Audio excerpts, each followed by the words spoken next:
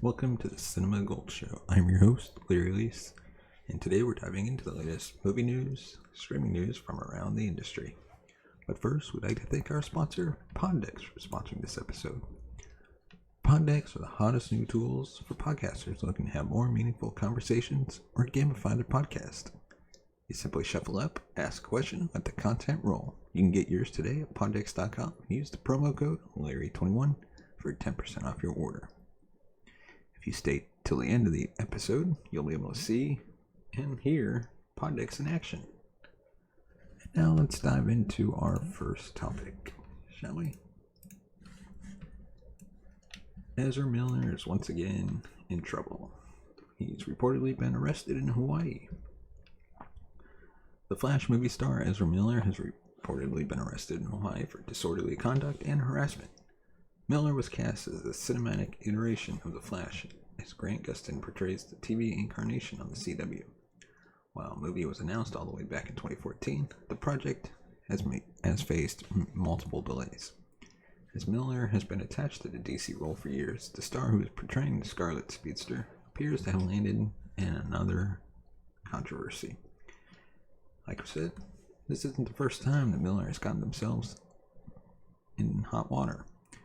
In April 2020, a video came out of Miller choking a young woman in Iceland. While the clip was brief, it featured Miller putting their hands on the woman's throat before dragging her to the ground.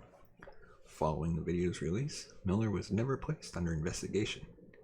Almost 2 years after the 2020 incident, Miller has landed in a new scandal as of last weekend.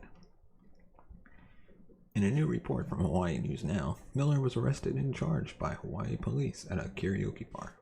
The rap confirmed with the local police that the 29-year-old was indeed the person from Hawaii News Now's report. Per the report, Miller had caused tensions as they were, quote, yelling obscenities and at one point grabbed a microphone from a 23-year-old woman singing karaoke and later lunged at a 32-year-old man playing darts. Miller posted $500 bail and has been released. While further details are likely to emerge over the coming days and weeks, Warner Brothers nor Miller's representatives have made any statements about the star's arrest. Whether or not this will affect Miller's involvement with his respective Warner Brothers roles remains to be seen.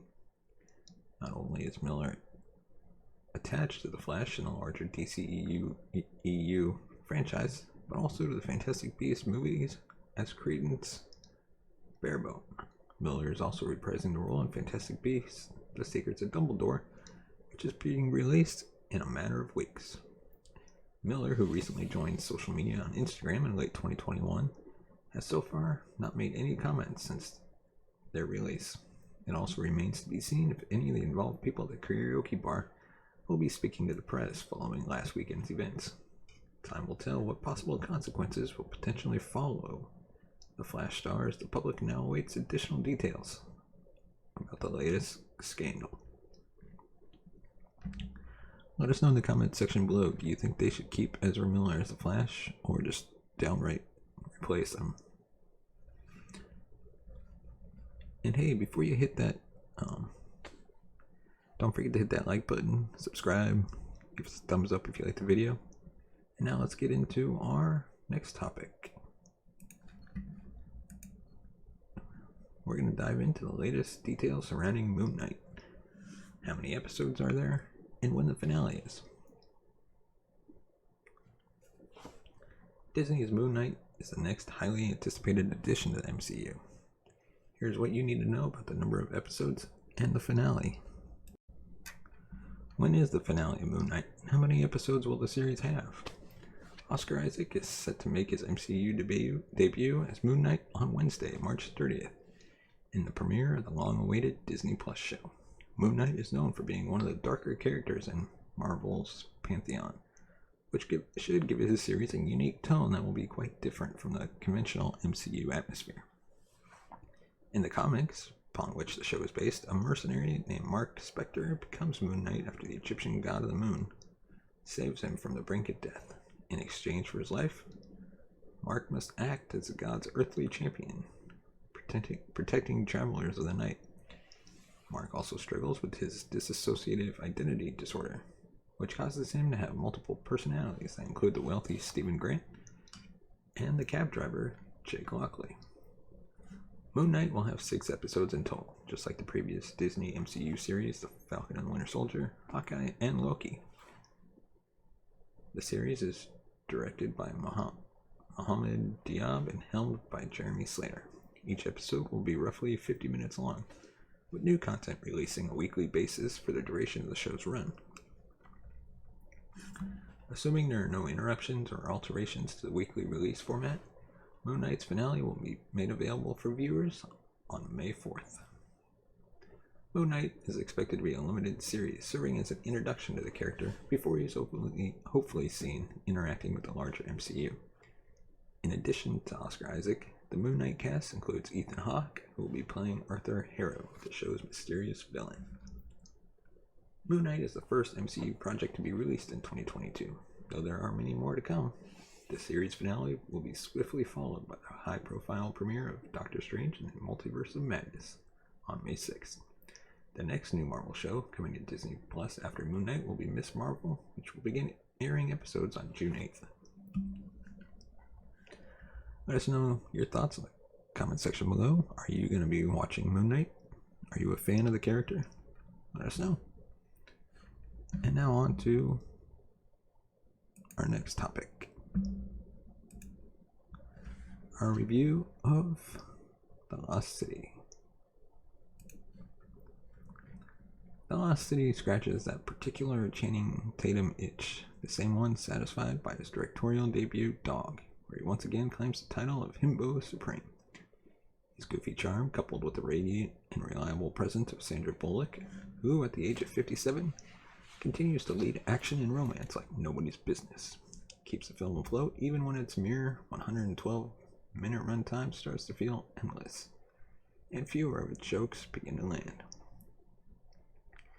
It's directed by brothers Aaron and Adam Nee, who also share writing credits with Dana Fox and Oren Uziel. Apologies for saying his name wrong if I did.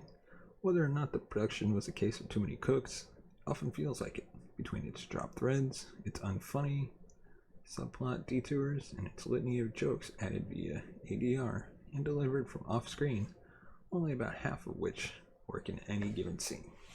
However, when a movie is this self-assured of its stars and what they bring to the table, no amount of haphazard filmmaking can prevent it from being enjoyable.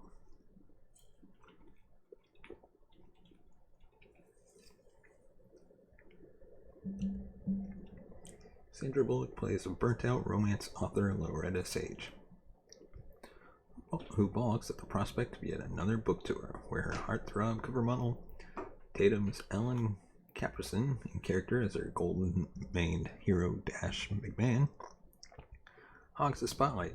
20 volumes in, she abruptly decides that her latest steamy paperback, The Lost City of D, will be her last, and will thus be Ellen's swan song too, which leads to an exchange of unpleasant words between the reluctant duo.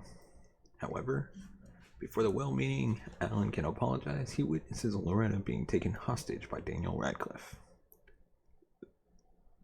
or his character's Abigail Fairfax, who hopes to use Loretta's real-world skills as a former archaeologist to translate and uncover the location of a hidden treasure, if only to prove to his family that he can. It turns out Fairfax may have discovered the lost city about which Loretta had been writing and pouring elements of her old career into works of fiction by which she now feels shackled. Armed with AirPods, a neck pillow, and a rolling suitcase, Alan mounts a rescue mission with the help of his suave former trainer, the mysterious mercenary Jack, played by Brad Pitt, whose resemblance to the fictitious Dash ignites sparks between him and Loretta, and ignites Alan's envy. However, before long, the mission goes off the rails, and Alan and Loretta are left to their own devices, caught between finding their way off a mysterious Atlantic island and potentially uncovering its archaeological secrets. Bullock's character is given more emotional heft than the trailers let on. For one thing, The Lost City introduces us to Loretta through pictures of her alongside her now dead husband, whose absence has caused her to become closed off from the world. It's a big emotional swing from a film filled with wall-to-wall jokes. but affords Bullock the opportunity to bring a sense of gravitas to even her quippiest interactions and her bits of physical comedy, making for a delightful contrast with the seemingly airheaded Alan. Where Loretta's woes are on full display, Alan is more of a closed book that she and the audience discover chapter by chapter, mostly through his genuine concern for her. For everything that doesn't work in the Lost City, which is a lengthy list, to be honest, Loretta and Alan's simmering yet slapstick romance makes up for nearly all of them. Its emotional through line doesn't really play as intended. In order to break out of her rut, Loretta needs to stop living in the past, but the path laid out before her of adventuring, rediscovering her old passions, and finally locating the ruins for which she and her husband have been searching is distinctly at odds with this idea of moving forward. The film's dramatic moments tend to grind things to a halt, acting more of a pause button on the comedy than a complementary force. Thankfully, Tatum and Bullock's banter is always just around the corner. And hey, you can't forget the supporting cast. They're entertaining as well. The supporting cast is for the most part delightful too, even when they don't entirely work. Pitt is absurdly, almost satirically hyper-capable in an action hero role tailor-made for him.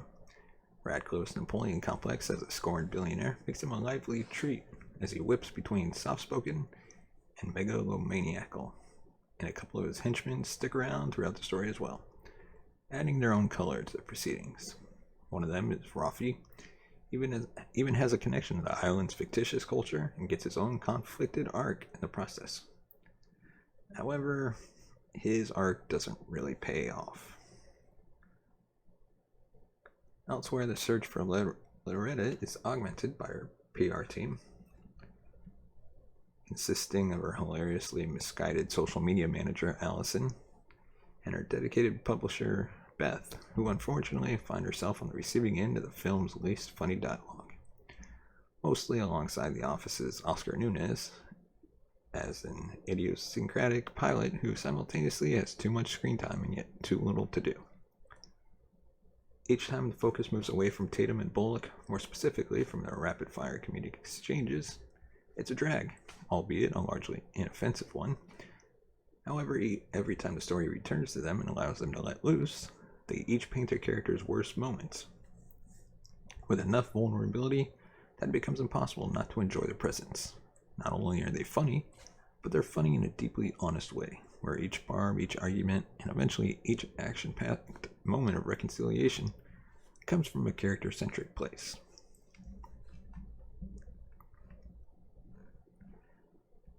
And let us know your thoughts on the topics we covered, as well as have you seen The Lost City? What did you think about it? And if you want to support the show, you can buy us a coffee at buymeacoffee.com/cinemagold. Your support helps the channel grow, upgrade our equipment, hire new writers and hosts, create new shows. And with that, we go into our favorite segment, the Pondex segment.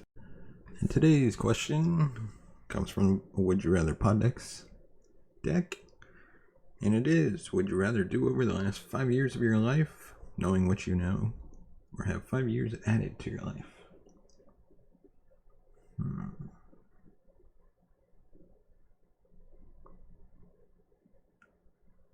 Let's see.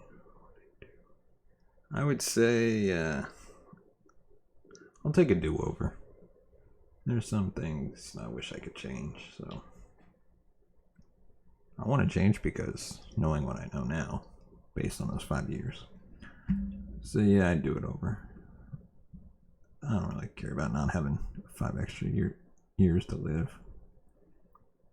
Let us know in the comment section below.